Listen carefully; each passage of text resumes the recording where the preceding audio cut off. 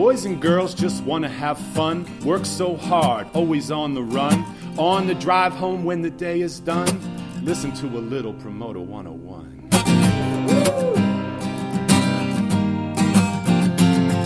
Steiny, the man, the myth, the Jew, always knows how to assemble a crew. Asks the tough question what folks have been through, flashes a smile and lights up the room. Luke's so much more than a first-rate mate, got a beautiful mind that makes him great. Serves up the news and the hot tour dates, and you know I love him because we are Penn State.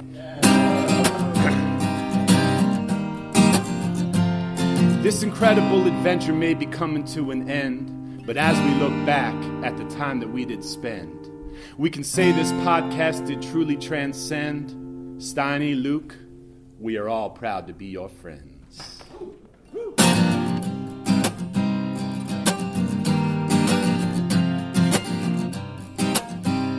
Oh, ba-da-ba-ba. All right, Promoter 101. Now everybody sing with me like this. Promoter 101. Promoter 101. Promoter 101. Keep back Promoter 101. Promoter 101. Keep it going now. Promoter 101. Promoter 101. Promoter 101. It's Promoter 101, and I love it. I love it. It's Promoter 101, and I love it. Promoter 101. Oh, it's Promoter 101, and I love it. I love it. It's Promoter 101, and I love it. Yeah, I love it. I love it.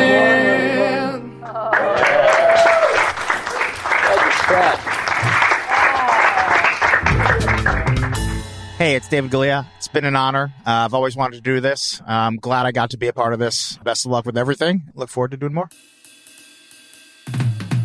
It's the Promoter 101 final episode, Fare Thee Well Extravaganza, hosted by ICM partners Andrea Johnson and AC Entertainment's Ted Heinig.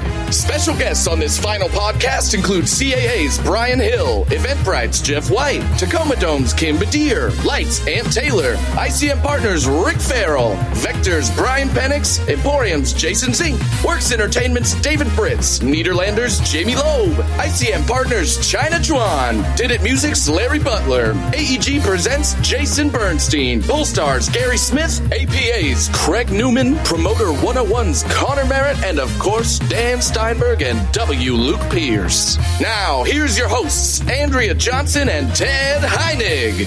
Welcome to a special look back at the Promoter 101 podcast. I'm Andrea Johnson from ICM Partners, and joining me today to host this show is AC Entertainment's Ted Heinig. And of course, that's APA's Craig Newman playing the song he wrote and performed as the show's theme. That's right, Andrea. It's our honor to look behind the curtain of the past 3 years of the show, the best and the worst moments, what didn't make the air, and how Steiny, Luke, and Connor built this industry staple from a hashtag into a must-listen podcast. Now, this is not the normal show. We don't have a featured interview, but we do have a lot of the industry players in the room that took part in helping make the show happen. Not to mention Connor, Luke, and Steiny will be joining us as well. Ladies and gentlemen, live from Nashville, it's Promoter 101, the Fare Thee Well episode.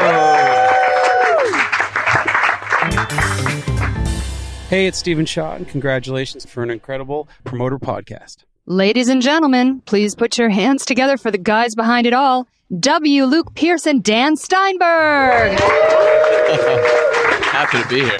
Thanks for being here, y'all. So not only do we have the core of the podcast, Dan, Luke, Connor, and Craig, all here today, we are also joined by much of the extended podcast family. That's right. From AEG, Jason Bernstein, CAA's Brian Hill, Eventbrite's Jeff White, the Tacoma Dome's Kim Bedier, Lyte's Ant Taylor, ICM's Rick Farrell, Vector's Brian Penix, author Larry Butler, and Nederlander's Jamie Loeb. And of course, Dan's business partner, Emporium's Jason Zink, and Luke's business partner works as David Britz. Let's start with Britz, who's always on time, and Jason Zink. Seemingly, you guys have both been pretty supportive of the show. Maybe I should say surprisingly. Was that always the case, or are you just jumping on the bandwagon as it got hot? Yeah, we're always supportive of the podcast. Anything that can take up some of Dan's time would be great. Dan's the Energizer Bunny of the concert industry, so he just has a boundless amount of energy. So anything that can take up any of his time is generally a good thing for me. I definitely was supportive of the podcast from the beginning. I always thought it was a interesting idea for Dan and Luke to get in, and felt like Luke would be a really good foil for Dan and be able to center him and give him a different perspective. And how did each of you find out about it, and did you think it would evolve into what it's become? So I found out because I was at Dan's office in Seattle, and I'm looking at his desk, and he's got these big boom mics on either side, and these are clearly not just there for the moment. These are installed. And like, Dan, what are these? He kind of looks up and says, well, those are for the podcast that I'm doing. I'm like, podcast? I said, yeah, I didn't tell you because I was afraid you were going to make fun of me, which I would have. So I started to realize that this was a thing when Dan started traveling with audio gear, which added an extra 30 plus minutes to our travel whenever we were in airports together. I still get through the airport quicker than you do. I always thought it was a CPAP machine, Dan, so I'm happy to know it's a recording device.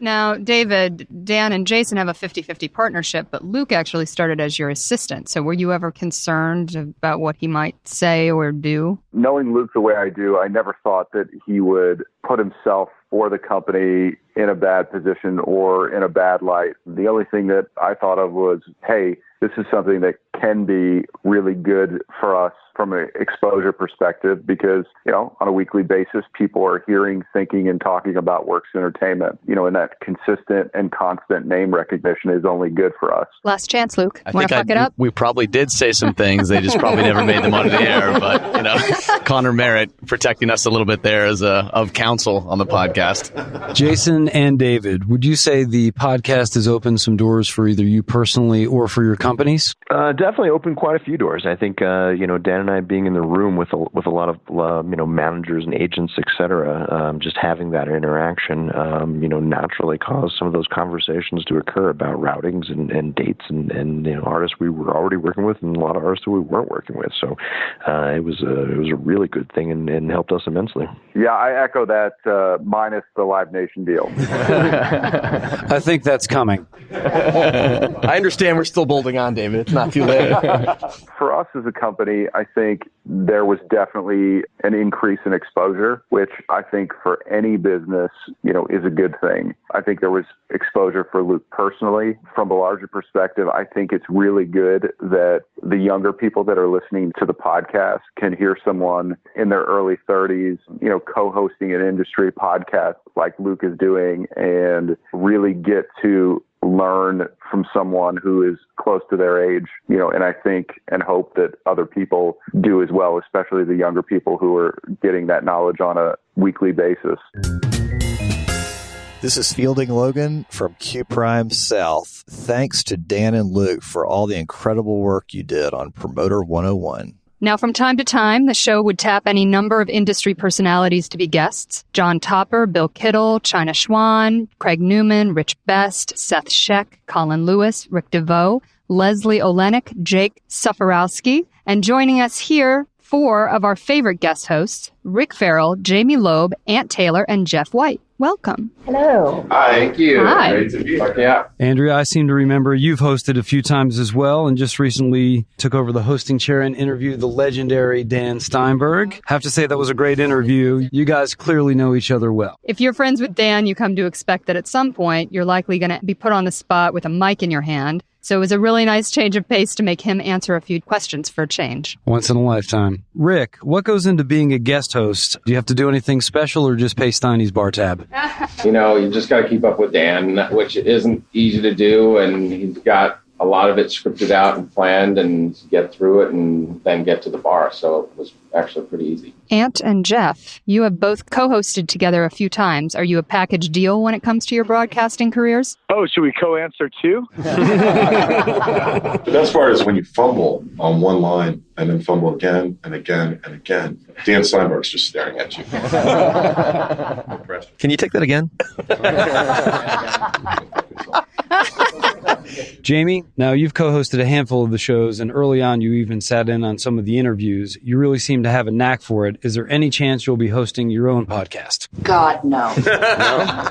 Public speaking terrifies me, and Dan has been kind enough to walk me through co-hosting, and that even when I was interviewed on the second episode, still walked me through everything and has been very kind, trying to abate my fears. So, but doing it on my own, absolutely fuck no. Is there anything more nerve-wracking than the time between when you cut the episode and when it comes out? You know what? That's not the terrifying part for me. The terrifying part for me, and Connor, you are a god. The terrifying part for me is that I'm going to fuck up something and then it's going to be out there for everybody to hear forever and ever and ever. But after Dan's assurances that that would not happen, and Connor's great editing skills, the scary part for me is the lead up. Like when I do the podcast in the office, I read through it over and over and over and over again to where my office mates are like, what the fuck are you doing? So that's the scary part for me. The show is clearly known for one-on-one interviews, and we'll get to that in a minute. But the show also features news coverage, war stories, and of course the segment 3 Questions. Luke, where did 3 Questions come from? It was a good chance for us to create some audience engagement. We wanted to give a chance to have some interaction with the people that were writing in, sending us emails, sending us tweets, and interacting to come on the show. So it was a great platform for us to kind of have conversations with some of the listeners. A lot of people who are younger in the industry actually wanting to ask legitimate questions that might help further their career or further those kind of interests. So it's a really cool thing. Dan, I've heard you refer to the podcast as your love letter to the industry from both you and Luke. Can you give us some color and some editorial on that? Sure. It's just the industry's been good to both of us, particularly me, and it's allowed me to pretty much do everything I want for nothing. And I know there are people that work really hard jobs that don't get to screw around nearly as much. And yeah, I get to fly over the world and consider it business and hang with great people. And it's like, it's really hard work. Yeah, the amount of travel has been pretty unreal, right? It is. And, you know, there's certainly some work attached to that and it's opened great doors. But at the same time, it's just like, it's stuff I want to be doing and nobody's forcing me to do by any means. And we thought that it was a great way to pay it forward was we do a podcast with no ads, no sponsorship, no underwriting. Not only would it keep the integrity of the podcast, but, you know, it was just our way of like giving back and didn't matter what it was going to cost or whatever. It was just like we were going to try and make sure the production was as high as possible and the guests were as good as possible and no one was going to be able to influence it with, we want to run ads. And, you know, it's like you see those shitty ads and you know all those companies are janky. I didn't want that shit on my fucking podcast. Luke, when Dan sold his company to Live Nation, you took over the news segment completely, right? That is true. Really, the news became an excuse for me to read these 67-page, white papers from IFPI and then talk about it in a very dry fashion and engage a really dark corner of the internet like the finance bros on Twitter, which is like just a really funny space to see the coverage of the music business. So getting the chance to talk about that kind of stuff became more of a kind of a hobby for me and kind of an outlet on a weekly basis. But of course, with Dan selling to Live Nation in his position, might have some access to some non-public information as well too. So we really don't. You'd think we do, but they don't tell us shit. I think you probably have about to go to prison for insider trading. At least recognizing that and like some sort of deference, there might be some sort of actual legal things around that as well too. Is an important thing for us to kind of separate that out for a bit towards the end. So it's all good. I'm glad you're not in jail, buddy. Well, let's talk about my favorite part of the show, which is the war stories. Did you know that was always going to be a part of it? I don't think so. I mean, I think it kind of evolved as a segment because everybody would come in the room and have a great expose on a career or an experience, but a lot of people had these really digestible kind of bits that we couldn't really necessarily figure out how to stack together in a full interview form. So having that segment to come on where it's kind of a purposed story, is going to be engaging was a really nice thing to just be able to add into each week's episode. So it's a nice little producer feature, I think, that Dan kind of came up with and did a good job branding. Well, I think it was a little more organic than that, too, because we interviewed Tom Ross as the first episode, and he had this amazing story about Jefferson Airplane coming into APA his first day as an assistant, and him being invited to sit in the room, and they rolled a joint and started passing it around his first day as an assistant, and he knew it was coming to him, and he's like, what do I do? And, he hit it. but it was like, the story is fucking great. And it was like what everybody would talk about from that story. And it was like, okay, we got to get more of these stories. Like on top of like the podcast, we got to just seek out some of these. And there were some amazing ones. Like Toby Layton Pope had just a great story about Springsteen and McCartney at Hyde Park, and it almost costing him his job because they did one more song. And he's like, worth it.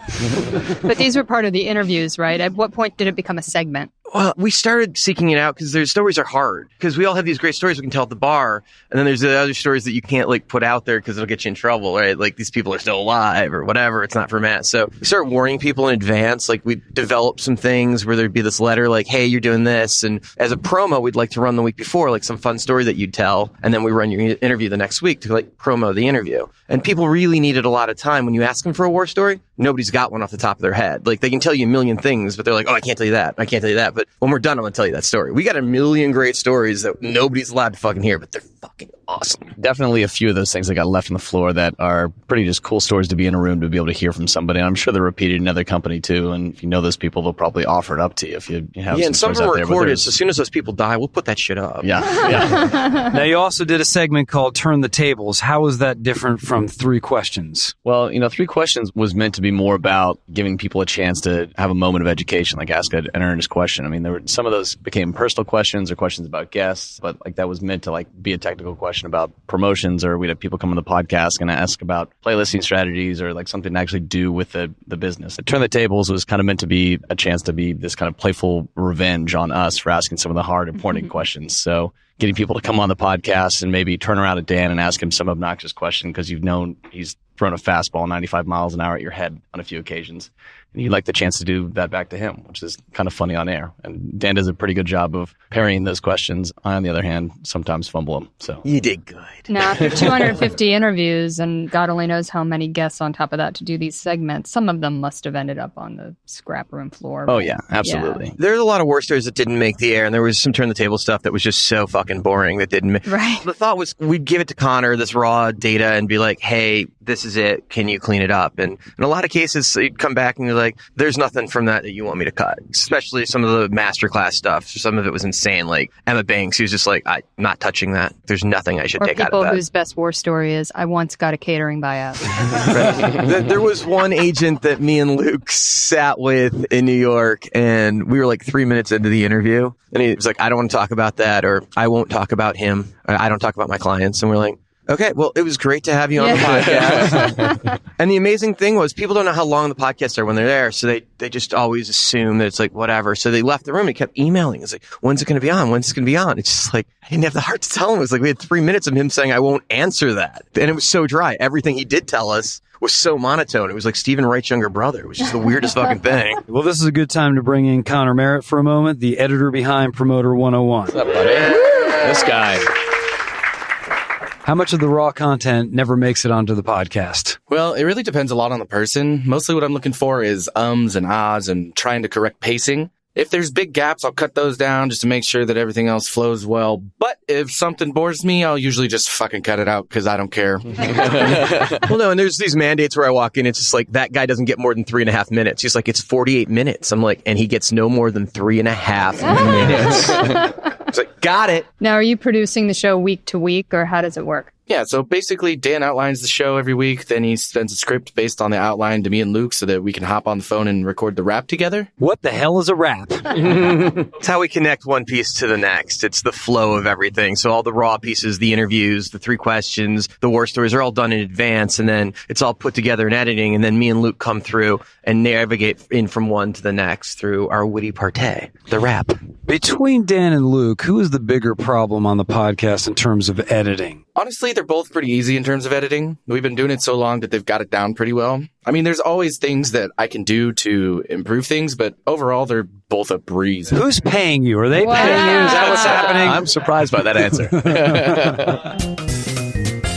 This is Lee Goforth. Steiny, it's been an incredible run. I've enjoyed listening. It feels like a few weeks and it feels like a few years all in the same. I'm sure it does for you too. Congrats on a long run and happy to be a part of it. Over the years, the show has had so many guests sharing their expertise and wisdom with the world. Delighted to say that we have 2 of these contributors here with us today. From AEG's legal team, Jason Bernstein, and author Larry Butler. Larry, I think there's a chance it's between you and Jamie Loeb in terms of guest appearances on The Great Show. Well, you know what that's about, actually, was the fact that I've got a lot of war stories from my touring days, but I've rehearsed them, and they're very succinct, and they have a beginnings, middles, and ends. And so, as a result, I don't meander, and it works really well, soundbitey for a podcast. I think that was part of the reason I appeared so often on the podcast during these 3 years, and I appreciate that. Pretty much got through all the war stories, I think, that were actually printable and palatable, but I can promise you right now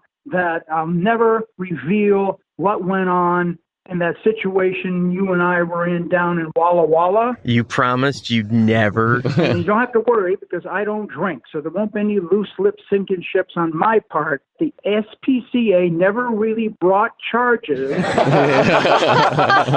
God.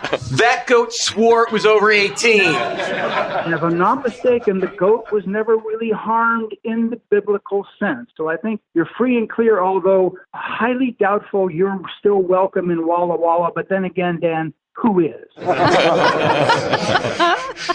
know, Dan and Luke, what I really enjoyed about the podcast was the fact that, you know, initially I'm thinking, how are these guys going to take something so boring and so inside baseball as the touring industry business and make it even palatable, let alone entertaining? And somehow you guys have done that. Another thing I really liked about what you were doing on the podcast is whenever, because there's so much jargon that you and I and the rest of us all know because we work in it every day. But the average person on the street, or even someone who's just casually knowledgeable about the music business, if they're listening to any of us talking about what we do day to day, they're going to get lost because they don't know what we're talking about. So during the course of the podcast, you guys would stop whoever it was you were interviewing if they came up with a piece of jargon. You said, let's explain that. Or if they said, well, Bill said this, and you said, you mean Bill Silva, right? You know, you were down to the street level so that the passerby could figure out what you were doing, and I thought that was really important to the podcast and to the success of it. Thanks, Larry, man. And Jason, you've been offering free legal advice on the podcast for some time. Do you regret that? That's a loaded question. I'm going to take the fifth. Goddamn lawyers. Actually, it's kind of self-serving. I think the more people know and understand how I think, the easier it is to negotiate with them, and the more likely they are to follow my way of thinking and my point of view. Kind of like when a magician says a couple things and repeats them and you start thinking the same way, and magically you end up exactly where they'd like you to. And how did you get the Promoter 101 Twitter account back for them? Basically, I got tired of hearing it's promoters with an S. I got tired of hearing with an S. So I went on Twitter because, you know, I do takedowns for Coachella. I was able to find the account. I emailed them. I didn't get any kind of response whatsoever. No luck. And then about a few weeks later, totally out of the blue, this guy sends me a message, asks if I'm still interested. And I said I was. He wanted to know why. And I said, well, I have a friend who's a promoter and it would just be cool to gift it to him. The guy thought about it, said, okay. And then we went back and forth in terms of how much I wanted to offer. And I figured I had to give him enough so he'd say yes, but not so much that I'd be kicking myself. I don't use PayPal, but I asked this guy because I think he was in Malaysia, what's the best way to get you the money? And he had told me PayPal. So I asked my wife, I'm like, what do I need? And she said, just an email address. So I said, send this amount of money to that email address. And boom, it got done. And he sent me the password. So I flipped it over to Dan, and the rest was history. Without an S. And there are kids that play drinking games all over the nation that hate you for killing that. Very well done. It's easy to understand why the birthdays, reissue of the week, and badass of the week were winning segments with your listeners. But what about the segments that bombed? We definitely had one early on that was pretty mean, to be honest. We would read the top 3 Pollstar shows and the bottom 3 Pollstar shows and then talk about those shows. And and what's genius is Gary's here, so we found out, and he was very nice about it, but we found out very quickly that we didn't have the rights to just use his content, particularly if we were going to trash. Yeah. It was a lot of shaming people. You don't have to take it out this week, but don't do it again. People won't report their shows if you're going to fucking shame them. Yeah. But he was a really good sport about it. We're like, we loved it. I still think it is a brilliant segment. It's fun to do, but probably not good to just talk about in mixed company with a microphone, you know? No, I think it was a great idea. People probably want to hear that stuff. I just didn't want you to get the data from us. Yeah, so we had to cut that one. We did try a few other segments, though, that just never worked. We tried assistant therapy. I was on a train up to Vancouver with Adam Flan, my assistant, and a couple drinks in. He's like, I want to do something on the podcast. And we were throwing ideas back, and like 4 drinks in, it was just like assistant therapy, all the things that go wrong for the assistants, and I'll be the every assistant, and like people can anonymously send them to me, and like we'll like walk through them, and Connor was going to be the doctor psychiatrist to like help fix his problems. He has some seriously deep-seated issues, including Dan not saying or spelling his name right on the podcast, which he's done like multiple times, and it's pretty funny. Who, Adam? Yeah, he said his name wrong and spelled it incorrectly on the Pollstar thing, and I feel like that subtle dig at Adam is really eating at him, Dan. You should explore that with some actual therapy I respond to emails and spell things wrong all the time, where Jason will be like, did you mean no? Because you approved something that we should not have approved. I'm like, oh, great. Oh, sorry. And it probably happens once a week. He's like, read the last line of the email, jackass. Nuance is not my thing. Now, the show changed in the final year from once a week to twice weekly. Why the change? You know, I think we were always kind of messing around with the format of the podcast, and we knew that it probably wasn't going to be something that we're going to do there was kind of an expiration date, and at some point we were just going to run out of people that we wanted to talk to. And seeing how we had to like, deliver that amount of content to people, it became easier to kind of set up twice a week to actually get these interviews out there. If anyone has seen Dan Steinberg last year, there are 2 years at any conference, you've known that like he's gone back to back for like 40 hours straight of interviews, just canning some of the most crazy conversations. So it's a phenomenal amount of content that we actually have to get out there. So we were looking at a timeline and doing one a week, it was going to take several years to do, you know, compared to going twice a week and be able to get double the content out there. So I think people also liked it as being a more of a digestible format that you could listen to in 45 minutes and like 2 commutes, like 2 20-minute commutes, are like pretty much exactly the amount of time people have to listen to stuff for the average listener. So I think getting that format down to close to like 50 minutes was also something that we realized we should probably just be doing. And by the way, we were trying to get it down to 30 minutes because the average commute is 27 minutes. You don't really want to go back and listen to the second half of a podcast. So we wanted to make it digestible in one commute. And there's just so much good content that Connor still got it back up to like 50 minutes each. So like we were just putting out so much content anyway. Like it became kind of pointless. We were putting 2 full shows out every week. And also put the interviews front and center, which is like why people came to the podcast too. You know, they don't want to hear Dan and I blabbing. That's like our 15 minutes of just bullshitting every week, is the therapy to the world kind of stuff. The real like meat and potatoes of the podcast are these really interesting conversations we get to have. So that gave us a chance to kind of highlight those things in a faster way as well too. Yeah, and like both of those guys said, the last 6 months, Dan's interviews have just started getting way more in depth. So it wasn't uncommon for us to release 2 shows per week that were well over an hour. And some of the guests were so good, there was just nothing that I could cut. I mean, I just wanted to hear everything. Honestly, nobody seemed to be complaining with the bonus time, so. Your skills and production level got better as the years went on. What happened? Yeah, I mean, I just think that when we started this podcast, for working in the concert business, Dan and I knew surprisingly little about the things that go on to like making concerts, like the gear and equipment that's required to put shows on. You know, like when I order up a rider's worth of production for one of my clients, I have a vague idea of like what some of those things are on a list, but like inputs and like recording and running Pro Tools sessions and all these like things we had to like mechanically learn to do the podcast was an interesting professional challenge, I think, for both Dan and I, because it was a whole nother set of tools and skills that like we didn't have to start this thing out. So learning by doing and watching YouTube videos, it was like surprising amount of what you can actually just learn on the internet out there to teach yourself a skill like this, to go out there and produce a piece of audio every week for 45 minutes. And then having brilliant people like Connor edit us up and sound great all the time made it really, really easy too. Dan, you've interviewed almost 250 people now, or over 250 people. Does it keep getting easier? You know, there's a Malcolm Gladwell-ness to it, like 10,000 hours where you build a skill set and figure out comfortabilities. And it's better when you're in the room. You can see somebody's face. You can see their eyes. You can see how they react to a question. If you can push further, if you need to hold back. And it really does change the vibe. But, you know, there's a good, interesting 20 minutes about almost anyone you're talking to. If you can really figure out what they're good at. And if they're really extraordinary, hours of really good material on some of these people. And it's really a matter of who you're talking to and what you're getting at. But especially if they're comfortable, if they like let down their guard and they start to talk to you and, you know, not get nervous. Like yesterday when we were interviewing Deborah for the final interview, it's like you could tell in the first 10 minutes, she was a little uncomfortable on stage in front of all of her peers and, poking at her career. It took a minute for her to realize it was a safe place and everybody was excited to hear what she was saying. And once she opened up, we got time for one more story. It's like, it was a cool way to see that transition once she got comfortable and opened up. And you really get the good things once people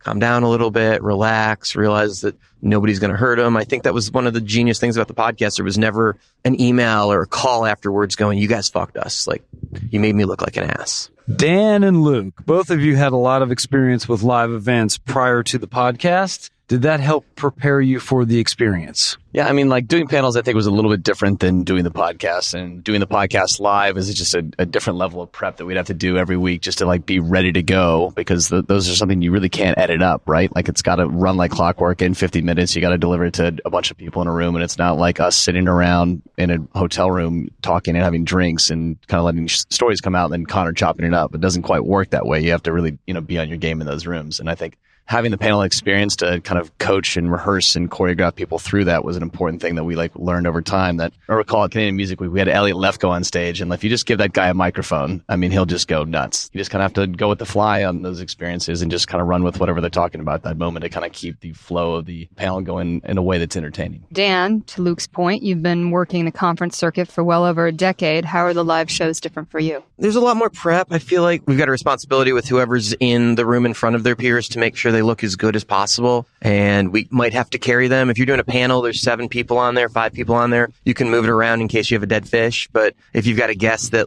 isn't really up to the task or they get nervous, you got to carry them a little bit and set them up for some really good questions so they see the audience is on their side. And it's our job to make sure they're comfortable. And since we don't have that room to edit, at least the live part, it's really our responsibility, opposed to when we're in a room recording. It's like most of them happen in a hotel room and you're just recording, and it's like somebody's not comfortable or they're kind of getting the question wrong. You can stop and clean it up and edit and fix it. But once a crowd sees it, there's very little you can do to change the buzz happening. We had a big interview at one of the conferences where somebody said something very litigious in front of 2,000 people, and we could cut it from the podcast, but it was fucking out there and everyone heard it, including the guy that he said it about. So I think the question that's on everybody's mind is this really the Fare Thee Well? Or are you two going to get with John Mayer and tour the country in 2020? Promoter 101 is dead to me, baby.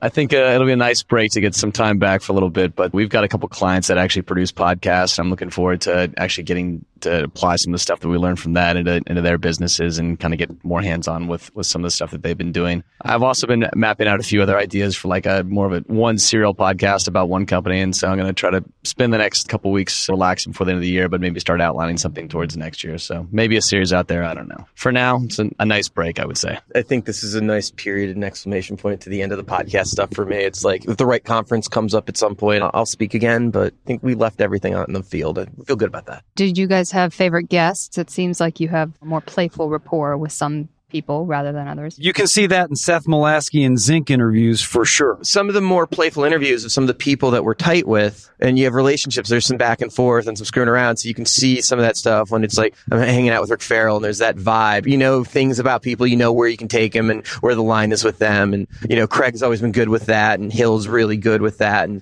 Ant is really hilarious and he'll play it back. So there's a lot of that stuff, but I think the fans that listen to the podcast really kind of enjoy that when you know somebody and get kind of personal. Obviously, I think we'd both probably say Rapino being a really cool guest in the podcast. That was a great one. But there were some awesome interviews that I really like going back to. Like Wayne Forte gives a phenomenal interview over at ILMC where he gets personal and talks about his divorce and the effects of the mental health on the music business, and goes really in depth onto a personal note. It's a very cool interview, and Wayne is just a phenomenal guy. And to hear him kind of lay out very bluntly the challenges of working in the music business was really refreshing to hear somebody express that. I don't think that was an interview. I think that was just lunch. Yeah, But Brian O'Connell was another phenomenal interview I always go back to. That guy is just at a different level. I think my favorite's Toby Leighton-Pope. The genius of Toby was he was invited to come hang out with us, and we were over at ILMC, and he was asked to meet with us by Tom Chauncey, and Tom told me that he was set up to be an interview. So Toby walked in, and I threw a mic in his hand, and we jumped right into it. He thought he was just coming to meet me and Jason. No idea. Totally played the interview straight through, did the whole thing, invited us down to C2C, hosted us the next night. And then while we were walking through, he was just like, yeah, that was interesting. I didn't realize that I was doing that, but like, it seemed like it came off good because I probably would have been nervous otherwise. I thought you knew you came to our room. You knew you were, he's like, yeah, I was kind of came to meet you guys. I didn't know I was going to be interviewed, but no, it's fine. And I was mortified. I was like, just throw a mic in his hand. It's like, here, let's go. But he killed it. He was amazing. Adam Weiser, Promoter 101 here. Congrats on everything here, and I think people will listen to for a long time as an educational tool for our community. The Promoter 101 theme song can get stuck in your head for days. I wish I could say more. It's called Tongue Bath and was written by APA's Craig Newman. Craig, what's with the title, and how did you come up with the theme? Well, look, anytime I'm going to do something for Dan Steinberg, I really want to tickle his funny bone. And I was sitting at home. I had this idea, this warm music, and it needed a title, but it also needed to be funny. And I just came up with, I guess, what was the most absurd thing I could come up with in that moment. And that was Tongue Bath. When I sent Dan the song, I thought to myself, is he just going to come right back to me and tell me, Craig, great song, but stupid title, please change the name? Instead, he wrote me back and goes, dude, I fucking love the title. I knew I had a winner there. After that was all said and done, and throughout time, when Dan would ask me to record something subsequent, you know, a jump-in song for one of his appearances, I had all these different sort of clip-on songs that I could add to it. And I always would try to come up with another funny title for the clip-on song, but I just could never come up with anything even close to as silly or as funny or as charming as Tongue Baths. The best thing is like Bernie Cahill like has it stuck in his head for weeks at a time. And you just hear him like running around catering at Dead and Company shows, like Promoter 101. Funny story. I speak at a lot of the conferences, and I was doing an agents roundtable at Billboard Live, and I had this table filled with students from a university who had flown in, and they were asking me questions, and we were having some dialogue, some back and forth. And all of a sudden, one of the students, somehow the subject of Promoter 101 came up, and one of the students said, oh, I love that podcast, and I love that theme music. And I said, well, I wrote that theme music. And the student sort of was taken aback and said, you wrote that? I said, yes. I thought your voice sounded kind of familiar, but oh, man, I love that song. It's stuck in my head. I looked at him, I said, my friend, that song gets stuck in my head, too. It was at that moment that I realized how widespread the podcast had become. It was a beautiful thing to see that people of a young age had invested time into learning more about the industry through Promoter 101. And it was just sort of whipped cream on top that they liked my song. The podcast has really become known for the interviews, and some of the top names in our industry have been featured on Promoter 101. I think everyone has their own favorites, but some of mine are here with us today. CAA's Brian Hill, the Tacoma Dome's Kim Bedier, and Vector's Brian Penix. Now, both Brians, Hill and Penix, have actually been featured in interviews as well as on live podcast panels from different conferences, as we, Ted, come to think of it, have been as well. Mr. Hill, do you have a preference on the panel versus the interview? I love the interview. We did it in Toronto at IAVM 2 years ago, right? A year ago? I don't remember. And it was a lot of fun. I like the panels, but it's not my spiritual gift, let's say. You know, I like the interview a lot better. Penix, how about you? I definitely prefer the interview aspect of it. We did ours backstage in the Moore during a Tommy Emmanuel show. It was just a real natural conversation between friends. I mean, Dan and I just get on the phone and bullshit all the time, and it was just like us bullshitting like always. That one in particular was a little odd because we got this mobile gear because we used to have a tech in the room set up all the podcasts, and we're like, this is never going to work. It's going to be too expensive. We're going to have to figure out a way for me to learn to record, and then somebody will fix the audio later. But it was the first time ever, but we were in the production office, and there were real production guys in the room watching me run lines, and it was so intimidating, like trying to set up production, and they were fucking laughing their asses off at me, you know, just like have no idea what this one does or that does. I'm just pressing buttons and like trying to figure it out. I'm like, I hope it works. And Brian's just laughing. He's like, I'm sure it's great. Kim, Dan interviewed you at a conference. Does that raise the stakes for you having a live industry audience right there? Well, I've known Dan a long time, ever since I was a MILF, I think. Best line of the podcast. You're still a MILF, Kim. Well, that's very kind, Dan, but I think I'm technically a GILF now. Yeah. So I think I probably owe this group and the entire industry apology because I think I was the one that actually started Dan on this road to ruin and fame and inviting him to speak at a panel. Gosh, a really long time ago now. But in all seriousness, It's been quite a ride. It's been my honor to watch Dan and his partners be so successful in this business, especially with this podcast. I've always admired his humor, his frankness. He's taught me a lot about the industry. I've taught him a few things along the way as well. Let's just pause for a moment and enjoy true, authentic praise. Everyone in the room has been on the podcast at one point or another. Many corporations have communications departments that watch over media and interviews closely. Did anyone have to get permission, besides me, to do the podcast, and was it ever an issue? CAA was big on making sure the communications were involved. I know Brian had to jump through a couple of hoops originally, and some of the other big agencies, although Geiger was super early on, like, this is a great thing, like, it's cool, just let me know you're doing it, but yeah, you can do it. After listening to Mitch Rose's, I knew that the parameters were set really wide, and I could say almost anything I wanted. So it was easier when I just said, oh, well, Mitch did it, and then it was okay. Dan, was it ever an issue to get a guest approved? Yeah, we had a couple that we couldn't slide through. We wanted to do a bit on assistants a while ago, and no boss in the industry wants their assistants talking. And it became this really amazing thing that I couldn't find 3 assistants in the entire industry that could talk to me on the record.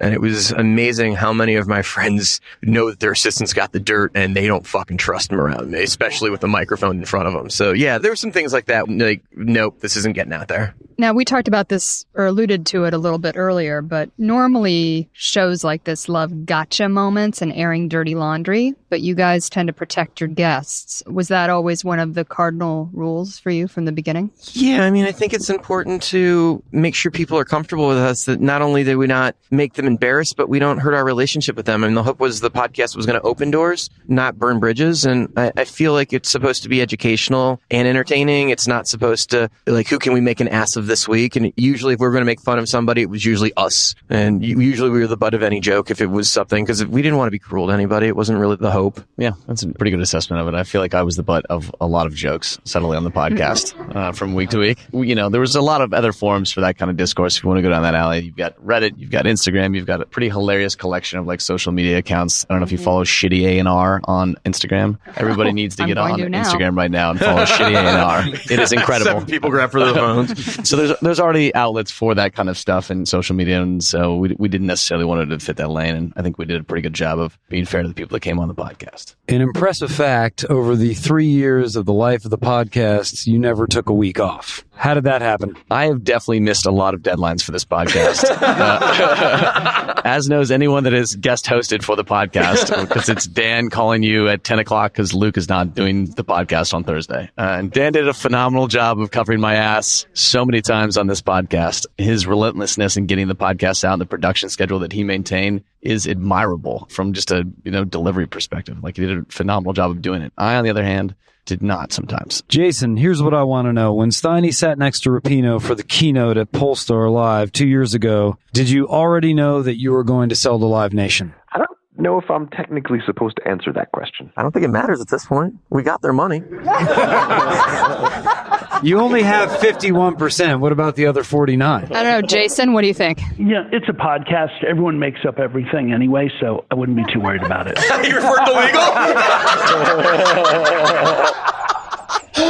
Dan got the penny, so really he's the one who gets to make the decision. Dan got the fucking penny. There you go. Fair enough. It's funny because that penny actually has gone a long way. It's like in every little thing in the world, I actually have the outweighing vote by a penny, which actually, because we're equal, that's the difference. It's the only thing that's different. Yeah, there was a lot at stake on that stage, and we'd obviously already been in a lot of discussions with those guys. So the interview happens and everything seems to go well. But then about 3 hours later at the bar, his run to Bob Rue, and pulls me aside and says, it laughs, and he says, "We're still on."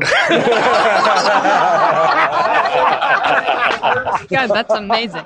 Over the past 3 years of the podcast, you've done 19 live appearances internationally. Some of the biggest universities and industry conferences hosted the show, and normally it's the featured keynote session. Do you guys have a favorite? There's a few great panels. I think Bob Rue here at IEBA 2 years ago, right after Route 91, was a phenomenal panel and a thing to be a part of. Just the timing of it was pretty crazy that Bob agreed to come on the podcast after that tragedy occurred in Las Vegas in 2017. And to be able to address it in the room to a bunch of frightened people was, it was a pretty jarring event, especially here in Nashville. I've enjoyed a lot of the universities too. We got to do Philadelphia, where I grew up. The University of Arts had us in to speak with Jeff Gordon, who's always a hilarious storyteller and was going to be a great interview in that city. So I had some friends that don't work in the music business that came out to that show. It was a cool thing, even though it was probably 30 below in Philly that night. It was an awful night for weather, but a great night for drinking. A good night for drinking. Yes, it was. I think Rapinoe's interview was probably my most fun moment. Like, you're on stage and you can't go anywhere and you got to answer every question. This is going to be fun. Private or commercial? Best question of the entire interview. Yeah. Where did the show come from? The name of the show was Dan ranting all the time on Twitter. In 2015, maybe 2016, just started tweeting with the hashtag Promoter101 as a means to mostly get out like subtle but anonymous insults or digs at people. And if you were a subject of whatever that was, you knew that you had in some way fucked up. And to like make his list of things was a pretty funny thing to do, especially the amount I think early on were definitely about fuck ups that I had made in dealing together with you on something. It'll be like when a manager does something, silly or stupid or whatever. That was the butt of the joke for a while. And it became kind of just a catchy beginning of an idea and a name of a podcast. It's a great way to vent too. Yeah, it really was. I know I was the subject of a couple of those, and I appreciated the anonymity. It's always nice. There were a couple where the agent owned it immediately, like Seth Molaski in particular. Like, there was a date where it was like they couldn't clear the venue. It couldn't happen. I made it work. I got everything. And the manager was like, well, we should just self-promote since he cleared the date for us and got PBS on board. Oh my God. And I was just like, the symphony only moved the date off the date as a favor to me. What the fuck? And Seth's like, I'm sorry, I don't even get the commission. And I'm like, the symphony's taking the date back. Fuck you. But like tweeted about the whole thing. And it was like, the manager called me. He's like, you can't do that. I'm like, what? I can't screw you because you weren't about to screw me? Fuck you. But Seth owned it immediately. And it was so awesome. Right online. He's like, yep, that sounds about something I did 6 minutes ago. Well, speaking of it, we can't end this last show without a few of these tweets. So for the last time, it's time for Tweets of the Week. Do you ever want to go to a show and just watch? Hashtag Promoter101. It's kind of the only reason we're in this thing, right? It's all about the music. Some guys like Rick Farrell who are at shows more often than they're at home. It's genius. That moment when you open the email to find not even Groupon can sell this show. Ooh. Hashtag epic fail. Sometimes it just doesn't work no matter what. When you're working from the current tour history, submit an offer in line with it, and they pass because you're too far off. Hashtag Promoter101. Yeah, you gotta love the reality of the agents you work with sometimes. Not you guys, though. You guys are great. I don't know what you're talking about. That will just about do it for Tweets of the Week. You can follow on Twitter @TheJew. I'm the Jew. Hey, this is Rich Schaefer. Thanks, Dan. Thanks, Luke, for all you guys did. I think having this podcast was a great service to the industry, and good luck with everything in the future. Let's open it up to the room for questions. Please state your name and where you're from, and if you have a parole officer. Jason Zink, earnest bail bonds.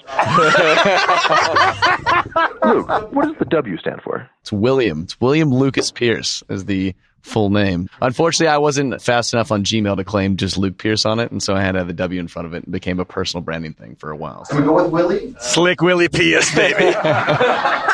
Billy Luke was a family favorite that got tossed around by some of the family in Indiana, so that's more the Daytona crowd, not the Fort Myers crowd. So. Is it still W. Luke Pierce on Tinder? Yeah, you got it, yeah. But you can just text him direct, Brian. I Brian, it's actually W. Lick Pierce. I think that's another app. Craig Newman, APA, also big fan, Promoter 101. Guys, if in the coming days, weeks, months, even a year from now, you were approached by someone and that person said to you, Promoter 101 has had such a profound impact on my life. Now that the podcast is gone, I really want to carry on its legacy. Is that something that you would allow to happen? I mean, would you give your blessing to let somebody else carry the torch for your creation? That's interesting. I think Dan would be the first one to answer this question. I think we'd probably have different answers on this, you know? Never gonna happen, never gonna happen, never gonna happen. It's my baby. You know, somebody wanted to create their own podcast in line with what they wanted to do, but the amount of effort and work that goes into programming it is ridiculous. The expense that's involved, the things that just don't come easily. And I would hate to see anybody do a different version of it. I don't think New Coke was a great idea. We'll just leave it as it was and just let it go. There's a lot of platforms and podcasts and shows that kind of service, I think, what we were doing with Promoter 101. And I think, you know, this kind of adventure that was the last 3 years that you've all been a part of was cool because we got to share it with our friends in so many ways. So, you know, not having that experience or connection to it, I think makes it difficult to continue on. But I think there's plenty of other places for people to be able to kind of take this learnings and knowledge that's out there. There's a lot of other platforms doing great stuff. David Hooper with Music Business News. There's a few great podcasts out there already that are helping to service what I think is a real need for people to learn about the business and become familiar with some of these things that are so fundamental in our lives. So I think there's other places that people can do that for, and encourage them to go there. Steiny, question for you. Will you still from time to time go on to Twitter and make your witty comments and hashtag them with Promoter 101? Yeah, I mean, the podcast is over, but I don't think me being a smartass is ever going to end. David Britz, Works Entertainment. Was there a particular guest or a moment that you feel was a tipping point for the podcast? Was there a person where you got them and that led to another guest and another guest and another guest? Who was that catalyst that really moved the needle for the podcast? I think in the same weekend, we got BOC, Geiger, and Tom Windish all at Pollstar. And I think off Tom Ross coming in early and Jay Marciano already being queued up. I think those two interviews led to guys like those three coming in saying, sure, I'll do it. And I think once Geiger, Windish, and BOC were on board, it was kind of like, okay, nobody else is going to say this isn't cool at this point. That's some serious credibility right there between those five guys. And Taylor, did you ever quit or think about quitting? Anywhere along the way? Yeah, I tried to quit a couple times. Actually, I was in the script about a year and a half ago, and Luke and Connor in the midst of recording, this isn't the way we're going to announce that. Let's just push it off a little bit. But they were always very encouraging on keeping it going, as was Jason. So it was very supportive, but it was always maybe there's one more guy we need to get, or let's figure out the way out of this. But yeah, I think, you get to that point where it's it's very frustrating, or people suck, or, it always led to one next thing, and it was cool. Yeah, I think there are definitely some points in time where it felt like work, right? I mean, it's a lot of travel, it's a lot of interviews, it's a lot of actual thought and preparation that goes into it. And to have that thing, 4 or 5 times a year, where you've got to bust out at conferences and be interviewing people a lot is taxing on you too. So, I mean, it was an incredible commitment to be there and doing it. And I think it's just a testament to the work that Dan's done and prepping so many of those interviews and just getting those things scheduled. It's pretty phenomenal. Ted Heinig, AC Entertainment. After hearing what Jason said with your ability to get into a room with Promoter 101, do you think that the access to inside information changed in a big way for you in terms of what deals might be happening or other things that you were able to gain through Promoter 101? I think at first there was some fear that anybody told us something, it might actually slow some entertaining gossip or big deals coming up down a little bit. But I think there was a point where people realized that what's off the record's off the record. And, if you don't have a mic in your hand and you didn't pick it up, you're not being recorded, and anything you don't say into a mic isn't part of the podcast. If you're not there voluntarily talking into a mic, then it's not part of the show, and regardless of what you told us. And I think we both always took that really seriously. Anything you tell us, that's important. That's how the business runs. You got to be able to be trusted. There are points though, at the interview when we put the microphones down, I remember pretty clearly on one interview that just happened here in Nashville that microphones went down and someone said point blank, let's gossip right now. And just it became what do you know? What's going on? What source of information? What are you talking about? What are you hearing from people about that stuff? And those exchanges are nice to have in the room, and a fun way to connect with people after talking to them for an hour about their business. They're a little bit more comfortable talking about what they're hearing or what they might be working on. Or there were always great conversations that happened in the room that didn't make it onto the podcast. And we always drew that line pretty hard with people so that we could have a relationship outside that one interview. Chyna Chuan with ICM Partners. So Dan, what are you going to do on your free time now? I'm going to spend more time focusing on Jason Zink's needs. I'm going to book some shows next year. I'm going to book a lot of shows next year. Brian Penix here, Nashville, Tennessee, Vector Management. I got a question for you. Who did you not get on the podcast that you really wanted to get on the podcast? Ooh. I mean, the top is Irving, right? We didn't get Irving. We didn't get Rob. Rob Lyte.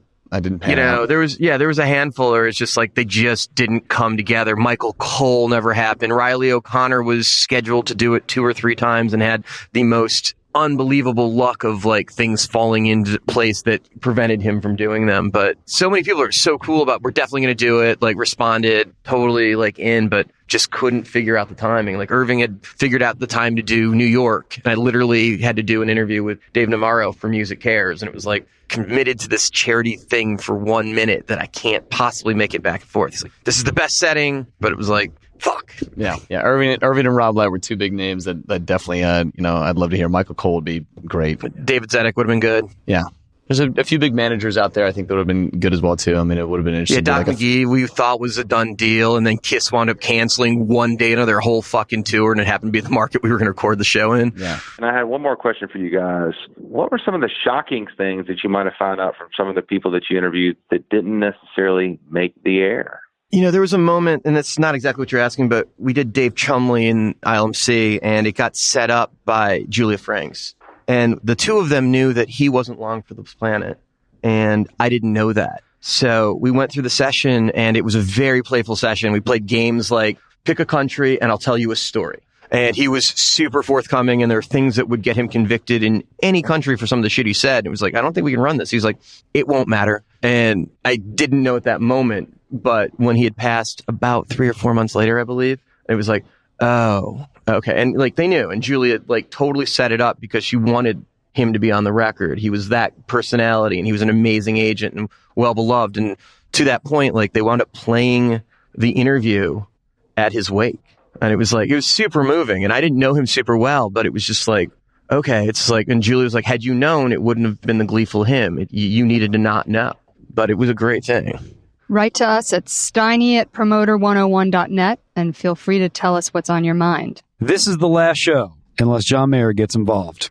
We want to take a moment to thank all of our guests, especially Dan and Luke. I just want to take a second here at the end of the podcast to thank everybody that's in this room with us today. You know, this has been a crazy 3-year adventure. It's been Dan's baby along the way, but it's been amazing to connect and remind myself that we do business with just some amazingly awesome people, and you are among that in this business. And it's very lucky to do what we do, I think. And it's very easy to forget that, I think, and get jarred by this business, and having conversations and in-depth interviews with each of you remind me of that. And it's a very special thing. So I'm really glad to be able to celebrate this day with you and the end of this podcast with Dan, and thank you all for being here today.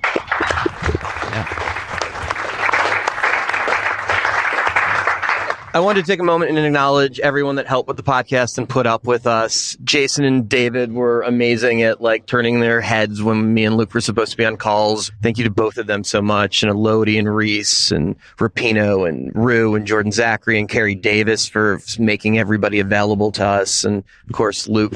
But for the last time, we're wishing you sold out shows for the weeks to come. Cheers. Call your mother!